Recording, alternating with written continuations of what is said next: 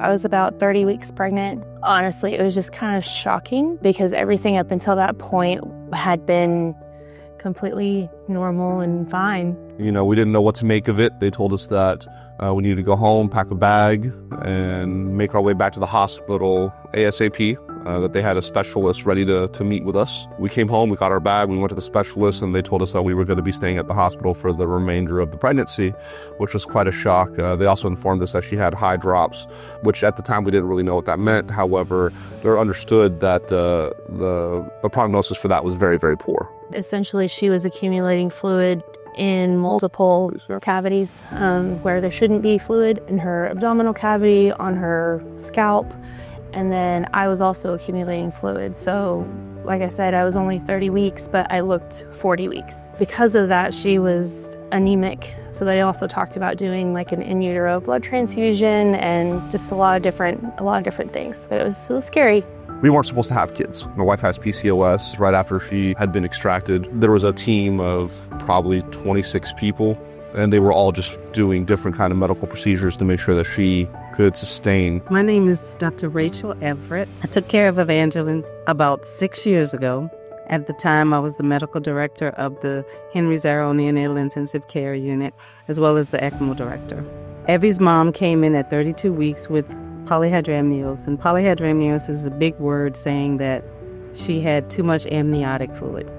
Polyhydramnios can be caused by a lot of different things: fetal anomalies, genetic abnormalities, but most of all, we worry about bowel problems. We were also worried about what's called Hydrops fetalis, and that's some more big words saying that there's fluid accumulation in at least 2 compartments of the baby. When she was born, she had scalp edema, and her abdomen was so big that it was causing respiratory problems because the fluid in her abdomen was pushing up on her diaphragm, causing her respiratory distress. We had to intubate her in the delivery room, and I had to do what's called paracentesis. So the first night was like nothing I could really describe. I mean, it was shock.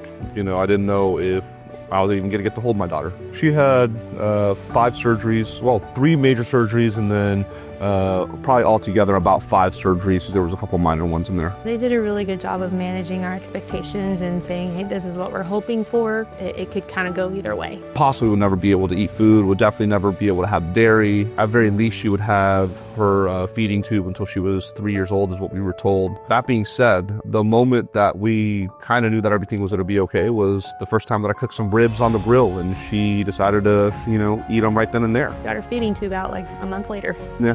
So she didn't even make it to a year with a feeding tube. So the beads of courage are these beads that you get that are part of your story for every blood transfusion, for every surgery, for every event that happens. Some of them are more colorful, but more distinct and more precious for kind of the bigger moments. She has 2 full bags full of beads.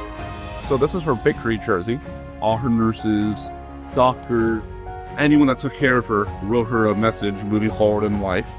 The best day there was when we finally were able to go home and all the nurses lined up and all the doctors lined up, and she got her graduation hat from the NICU. We made her a hat out of a paper plate and a bowl.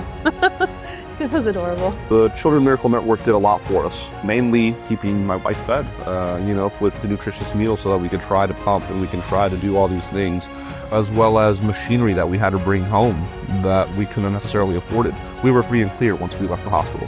When you're in such a dark space, any little bit of light really means the world. I like playing at recess and having snack and drawing at free choice. I want to be a WWE superstar ballerina. She's a character in every sense of the word. Her personality's larger than life. She doesn't really have an off button. She seems to know where she came from.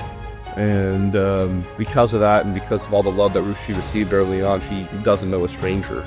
She loves thrill rides. Roller coasters mean nothing to this girl. Tower of Terror is a walk in the park. It was her favorite ride.